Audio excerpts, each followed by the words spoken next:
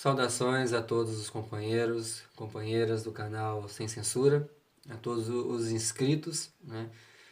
Mais uma vez estamos aqui para falar de história e o tema agora é a Mesopotâmia. Primeiro nós temos que entender o significado dessa palavra, e a palavra vem de origem grega e significa entre rios, né? Por que entre rios? Por que surgiu esse nome? Por que existia essa região? Essa região é uma faixa de terra que era cortada por dois rios, os rios Tigre e Eufrates, né? E desaguam no Golfo Pérsico. Só para a título de localização geográfica, a Mesopotâmia está situada entre a Europa, a Ásia e a África, né? E uma região que atraiu muitos povos que se estabeleceram ali, criaram cidades, impérios, né? E essas civilizações que surgiram ali eram atraídas justamente por causa dos dois rios, né? Os rios, mais uma vez, Tigre e Eufrates, né? O clima da Mesopotâmia é quente e seco durante a maior parte do ano, né? E sua vegetação é pobre, né? Só que os impérios que se formaram ali, eles souberam aproveitar as águas do Tigre e Eufrates para irrigar a terra e praticar a agricultura, né? E evitando, assim, longos períodos de fome, como era comum naquela região, né? E construíram muitos reinos, deixando contribuições importantes, né? Povos que surgiram foram os sumérios, os acádios, os amoritas, né, os assírios, os caldeus, povos que se estabeleceram na região, né, se utilizaram dos rios, né, e conseguiram se fortalecer e dominar outras regiões, né. E o primeiro deles eram os sumérios, né, que há cerca de 6.000 anos fundaram as primeiras cidades da Mesopotâmia, cidades como Ur, Uruk, e Erido, e Lagash, né? Defenderam suas cidades, né? Ergueram em torno dela muralhas, construíram torres, né? E uma das construções mais importantes dos sumérios foi os zigurates, né? É um monumento religioso em forma de pirâmide, com escadas e rampas para se chegar ao seu topo, né? E os sumérios, qual era a função dos zigurates? Era um templo onde eles realizavam o culto aos seus deuses. Nós vamos falar sobre a religião mesopotâmica daqui a pouco, né? E com relação à escrita e às leis, né, muito importante a gente ressaltar que os sumérios foram um dos primeiros povos a dominar a arte da escrita, né? Eles escreviam em tábuas feitas de argila, né? E depois eram colocados para secar. E para escrever usavam uma espécie de palito, né, afiado, de extremidade triangular, com o qual faziam sinais em forma de cunha, né? Surgindo então, por isso que nós temos a escrita cuneiforme, né? Que é muito importante de ressaltar que foi a primeira escrita desses povos mesopotâmicos, né? E os sumérios eles se envolveram constantemente em diversos conflitos, né? E o que facilitou a invasão também e a conquista da região pelos acádios, né? Outro povo importante que a gente tem que falar sobre eles, né? Só abrindo parênteses, essa região, no período que nós estamos estudando, é uma região marcada por muitas guerras, muito conflito, né? Muitas batalhas foram travadas. E, como eu falei, por causa dos rios Tigre e Eufrates, era uma região muito disputada, porque a água era fundamental para que eles conseguissem se consolidar ali na região, né? Então, os acádios conseguiram dominar essa região, derrotando os sumérios. E por que eles têm esse nome eles receberam esse nome de acádios? Porque a principal cidade deles se chamava Acade. E os acádios expandiram em direção ao norte e assim construíram um império, né?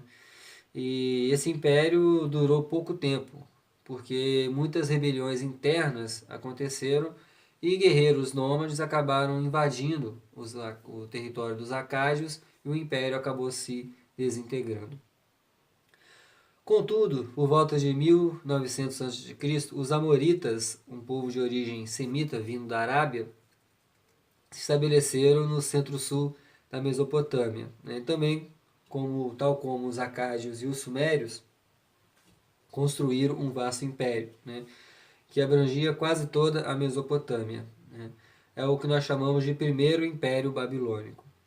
E o imperador, que se chamava Hammurabi, ele ocupou-se pessoalmente da administração do império, e passou a coordenar numerosas construções, como canais de irrigação, edifícios públicos, açudes, que eram fundamentais para reter a água do rio, também a água da chuva. E a principal obra de Hammurabi foi o seu conjunto de leis, conhecido como princípio de talião, olho por olho, dente por dente.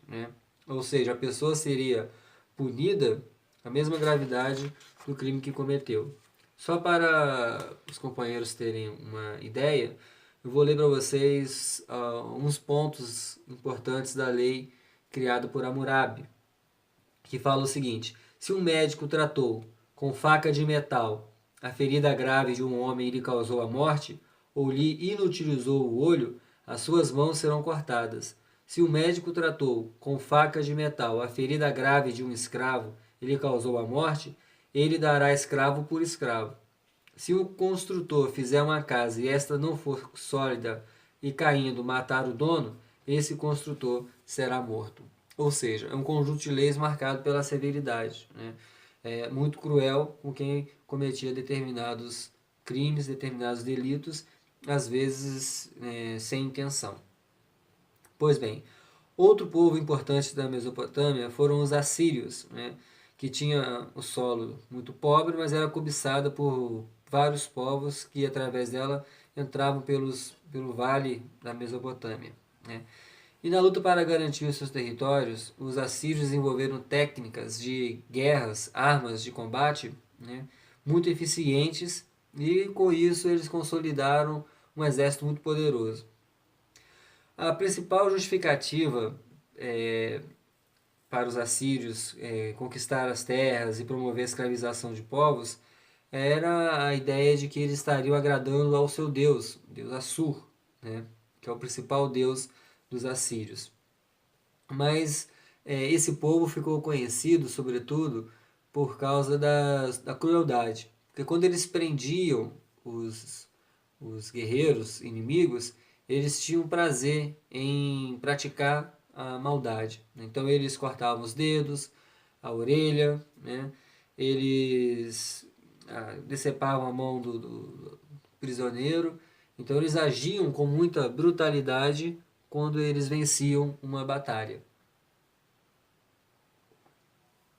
Só que mesmo sendo um povo muito forte, uma sociedade muito estruturada, os assírios eles encontraram a derrota em 612, quando os caldeus, habitantes da Babilônia, eles se aliaram aos medos, que eram originários do Planalto do Irã. E ali, com isso, eles conseguiram destruir a cidade-estado de Nínive, que é a capital dos assírios.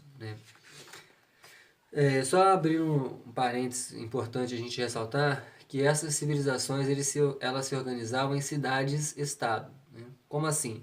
Eram cidades independentes. Cada cidade tinha a autonomia de criar suas leis, criar a sua forma de arrecadar impostos. Então eram cidades que não dependiam uma da outra. Por isso que nós falamos que eram cidades-estado, porque uma era autônoma com relação à outra. Outro povo importante eram os caldeus, também conhecidos como novos babilônios, que se apoderaram de imensas áreas, construíram o chamado Novo Império Babilônico. E durante as violentas campanhas militares chefiadas pelo rei Nabucodonosor, os caldeus arrasaram até mesmo a cidade de Jerusalém em 586 a.C. Deve-se ressaltar aos nossos alunos que não devem decorar datas, só estou colocando-as a título de situar, historicamente dizendo, que é importante. Mas as nossas avaliações, a última coisa que eu peço são datas, mas sim que vocês compreendam um fato histórico propriamente dito, né? E com as riquezas obtidas dos povos conquistados, o Nabucodonosor ele promoveu a reconstrução da antiga Babilônia e assim voltou a ser o principal centro cultural, político e econômico da Mesopotâmia, né? E tudo indica que foi no Império de Nabucodonosor que eles construíram, que os caldeus construíram o chamado Jardins Suspensos da Babilônia, né? É uma das realizações mais importantes do antigo império e da Idade Antiga. E como outros impérios mesopotâmicos, o novo império babilônico também foi abalado por revoltas internas. E isso enfraqueceu a civilização dos caldeus, né, provocando a sua derrota para os persas, que comandados, chefiados pelo grande imperador Ciro o Grande, acabou derrotando os caldeus em 539 a.C. também. E como estava organizada de maneira geral a sociedade mesopotâmica? Ela era hierarquizada, ou seja, tinha escala de importância. No topo estava o rei, que originalmente era o líder da comunidade e seu comandante militar em caso de guerra. E por meio da arrecadação de impostos e da guerra, o rei foi se fortalecendo e colocando a sua vontade acima da vontade da população, né? E surgiu então na Mesopotâmia um novo tipo de construção, que era o palácio, que abrigava o rei e se tornou com isso o principal centro de poder. E um detalhe importante também que na Mesopotâmia o poder político era privilégio dos homens. As mulheres dificilmente chegavam ao poder. Então aí ia passando de pai para filho. Quando o rei vinha a falecer, o filho mais velho acabava herdando o trono. A seguir vinham os comerciantes, os escribas e os artesãos especializados. Não, desculpa. Abaixo do rei vinham os sacerdotes, os nobres e os chefes militares. E os sacerdotes eram importantes porque eles cuidavam de tudo que se referia aos assuntos religiosos. Os nobres, que eram o braço direito dos reis, né, do rei no caso. E os chefes militares responsáveis pelos cuidados do império e proteger o império das invasões externas. A seguir, sim, vinham os comerciantes, os escribas e os artesãos especializados. Os comerciantes responsáveis também por expandir, de uma certa maneira, as fronteiras do império através do comércio, que se baseava nas trocas de produtos. Os escribas eram aqueles responsáveis por escrever, registrar tudo aquilo que havia sido realizado no interior da sua civilização. Os artesãos trabalhadores também que tinham sua especialização. E na base da pirâmide estavam os camponeses, né, e os escravos. Os camponeses eram a base da sociedade no sentido também de que eles forneciam os alimentos necessários às outras camadas sociais, né? Viviam basicamente no campo da terra. E os escravos que na maioria das vezes eram prisioneiros de guerra, ou também poderiam ser pessoas que não conseguiam pagar as suas dívidas, né? Então era uma sociedade basicamente hierarquizada e muito rígida. Não tinha aquela questão de ascender socialmente. O que determinava a posição que o indivíduo iria ocupar na sua sociedade era o seu nascimento, né? A economia da Mesopotâmia era basicamente a agricultura, a pecuária, o artesanato e o comércio. Os povos eram povos sedentários porque eles cultivavam seus alimentos, então, obviamente, não precisavam sair em busca de comida. E eles aproveitavam as águas do rio Tigre e Eufrates, plantavam vários tipos de cereais, como cevada, trigo e o centeio, que serviam como base de alimentação dos mesopotâmicos. No que se refere à religião, para encerrar, na religião dos mesopotâmicos, é importante a gente ressaltar que aqueles povos, em sua grande maioria, eram politeístas, né? Ou seja, acreditavam em muitos deuses, né? E isso era uma característica praticamente geral das civilizações da Idade Antiga. Nós vamos ver em Roma, na Grécia, que eles também adotaram o politeísmo como forma de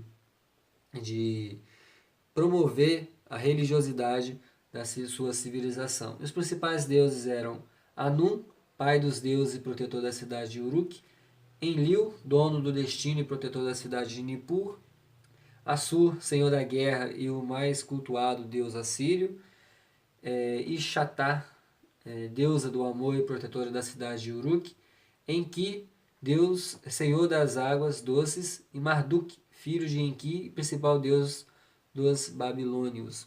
E é importante ressaltar que os mesopotâmicos, eles criavam muitos mitos que eram utilizados para explicar a origem do universo, a origem do ser humano e da natureza de uma maneira geral. E quando nós falamos desses mitos na Mesopotâmia, um dos mitos mais interessantes é no que se refere ao surgimento do homem.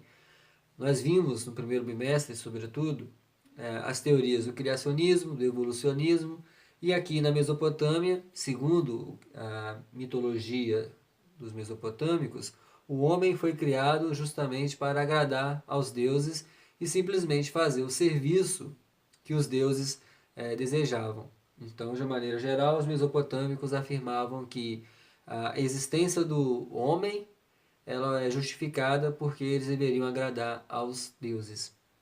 Então é isso, meus companheiros e companheiras. Vou deixar aqui também o endereço do meu canal no meu blog. E qualquer dúvida, qualquer sugestão, estamos sempre à disposição. Espero que tenham gostado. Um grande abraço a todos, saudações e até a próxima.